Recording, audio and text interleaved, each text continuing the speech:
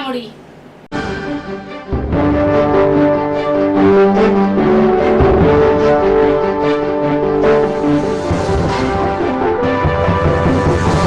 संजय गांधी राष्ट्रीय उद्यानाचा भाग असलेल्या येऊर भागातील बेकायदा ढाबे हॉटेलचा मुद्दा उपस्थित होत असतानाच येथे एका पार्टी दरम्यान 25 वर्षीय मुलीवर सामूहिक बलात्कार झाल्याची घटना उघडकीस आली. या घटनेच्या पार्श्वभूमीवर राष्ट्रवादी काँग्रेस शरद पवार गटाचे नेते जितेंद्र आव्हाड यांची कन्या नताशा यांच्यासह सामाजिक संघटनेच्या कार्यकर्त्यांनी काल येऊरच्या मुख्य प्रवेशद्वारावर आंदोलन केले.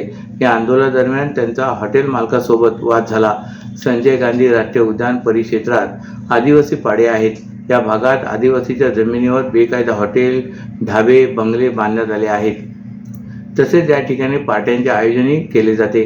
रात्री उशिरापर्यंत या पार्ट्या सुरू असतात. त्याचबरोबर या भागात टर्फही बांधण्यात आले आहेत. 2 दिवसांपूर्वी या ठिकाणी पार्टीसाठी गेलेल्या 25 वर्षीय तरुणीला जबरदस्तीने मद्य पाजून तिच्यावर 2 जणांनी सामूहिक बलात्कार केल्याची घटना घडली होती. याच पार्श्वभूमीवर उद्यानातील प्रवेशद्वाराबाहेर राष्ट्रवादी काँग्रेस शरद पवार गटाचे नेते जितेंद्र आव्हाड यांची कन्या नताशा आव्हाड यांच्यासह सामाजिक संघटनेच्या कार्यकर्ते अजय जया तसे इतरांनी रात्री आंदोलन केले. यावेळी त्यांनी फलक झळकविले. वर्तकनगर पोलीस, महाराष्ट्र वन विभाग, ठाणे महापालिकेचा निषेध. येऊर जंगलातील बेकायदेशीर बांधकामावर बुलडोझर कारवाई कधी होणार? महिलांवर होणारे अत्याचार थांबवा, आदिवासींवरील अत्याचार थांबवा असा संदेश फलकांवर होता. सायंकाळी 7 नंतर उद्यान परिसरात प्रवेशबंदी असतानाही अनेक जण उद्यानात जात असल्याने त्यांनी उद्यानात जाणाऱ्यांना रोखले. यावरून काही हॉटेल मालकांसोबत त्यांचे वादही झाले. ठाणे महापालिकेच्या मुख्यालयापासून काही मीटर अंतरावर असलेल्या सिद्धेश्वर तलावातील 50हून अधिक माशांचा मृत्यू झालाय. परिसरातील सांडपाणी तलावात जाऊन सिद्धेश्वर तलाव प्रदूषित झाले. काही दिवसांपूर्वीच अशाच प्रकारे माशांचा मृत्यू झाला होता. त्यानंतर पुन्हा एकदा हा प्रकार घडल्याने सिद्धेश्वर तलावातील जल प्रदूषणाचा मुद्दा ऐरणीवर आलाय. पाचपकाडी येथे ठाणे महापालिकेचे मुख्यालय आहे.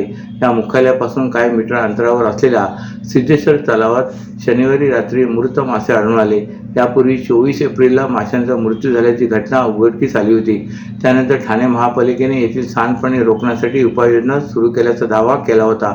परंतु अवघ्या काही दिवसातच पुन्हा एकदा मृत माशांचा खच तलावात आढळून आल्याने महापालिकेच्या कारभाराविषयी प्रश्नचिन्ह निर्माण झाले. परिसरातील सांडपाणी थेट तलावात सोडले जात असल्याने हा तलाव प्रदूषित झाल्याचे समोर येत आहे. याबाबत ठाणे महापालिकेच्या मुख्य पर्यावरण अधिकारी मनीषा प्रधान यांना विचारले असता तलावात सोडले जाणाऱ्या सांडपाण्याचे सर्वेक्षण करण्यात आले असून ते सांडपाणी बंद करण्याची प्रक्रिया सुरू करण्यात आली होती.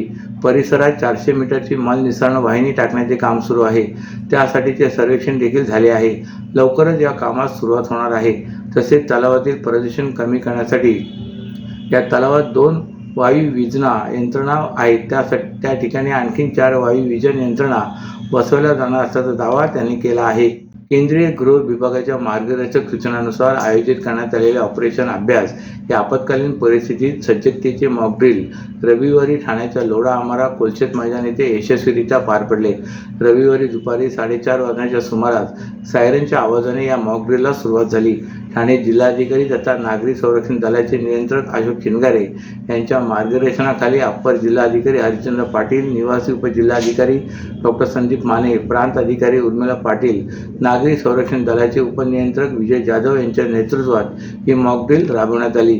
या मॉकड्रिलमध्ये काल्पनिक एअर स्ट्राईक बॉम्ब हल्ल्याच्या घटनाक्रमानुसार कृती पार पडली. हल्ल्यानंतर नागरिकांना त्वरित सुरक्षित स्थळी हलवण्यात आले. कोणताही गोंधळ न करता नागरिकांनी शांतपणे प्रशासनाच्या सूचना पाळल्या. शोध मोहीम राबवून 40 जखमी आणि अडकलेल्या नागरिकांना बाहेर काढण्यात आले आणि प्रथमोपचार देण्यात आले. इमारतीत अडकलेल्या 5 जणांचीही सुरक्षित सुटका करण्यात आली.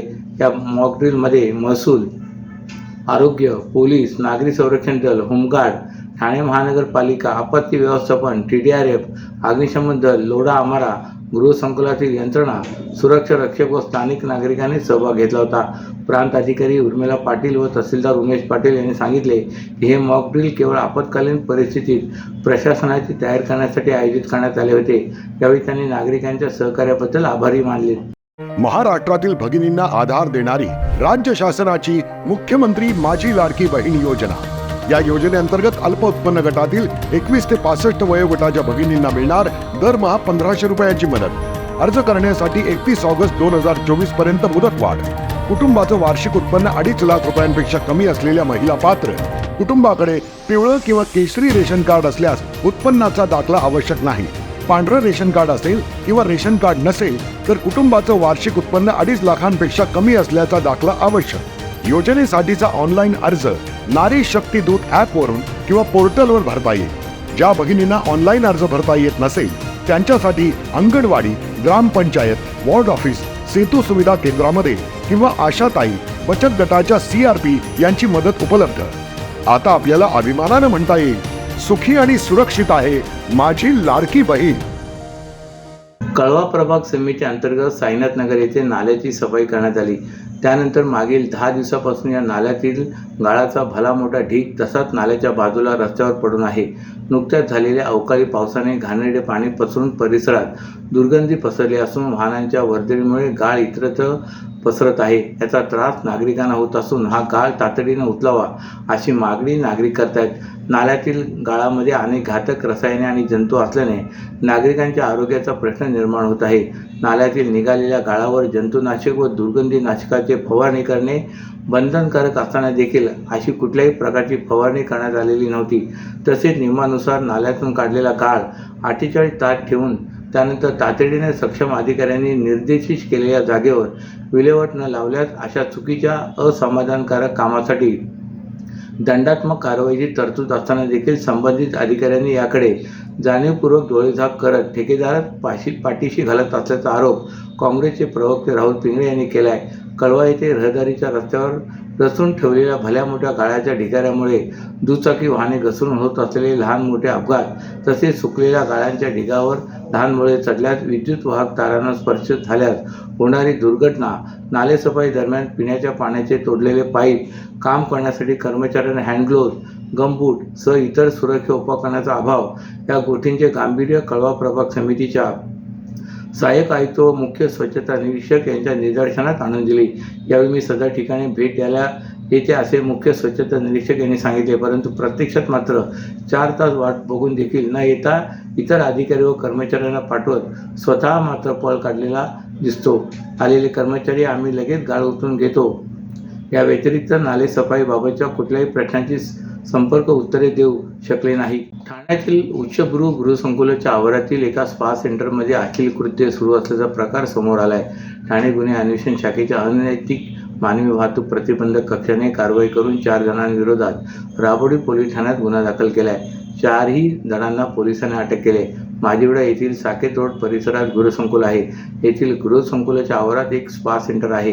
या स्पा सेंटरमध्ये गैरप्रकार सुरू असल्याची माहिती अनैतिक मानवी वाहतूक प्रतिबंधक कक्षाच्या वरिष्ठ पोलीस निरीक्षक चेतना चौधरी यांना मिळाली होती। या माहितीच्या आधारे चौधरी यांनी पथक नेमली व कारवाई दरम्यान या ठिकाणी स्पाच्या नावाखाली अश्लील कृत्य सुरू असल्याचे समोर आले।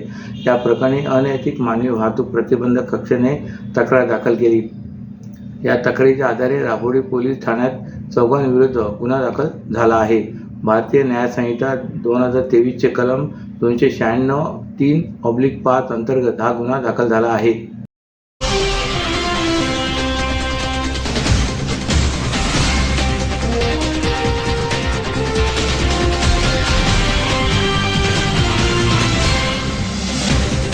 तर या होत्या आजच्या काही ठळक घडामोडी। तर पुन्हा भेटू याच वेळी याच ठिकाणी। ठाणे दर्पण या वृत्तवाहिनीचे प्रसारण YouTube वर पाहायला विसरू नका।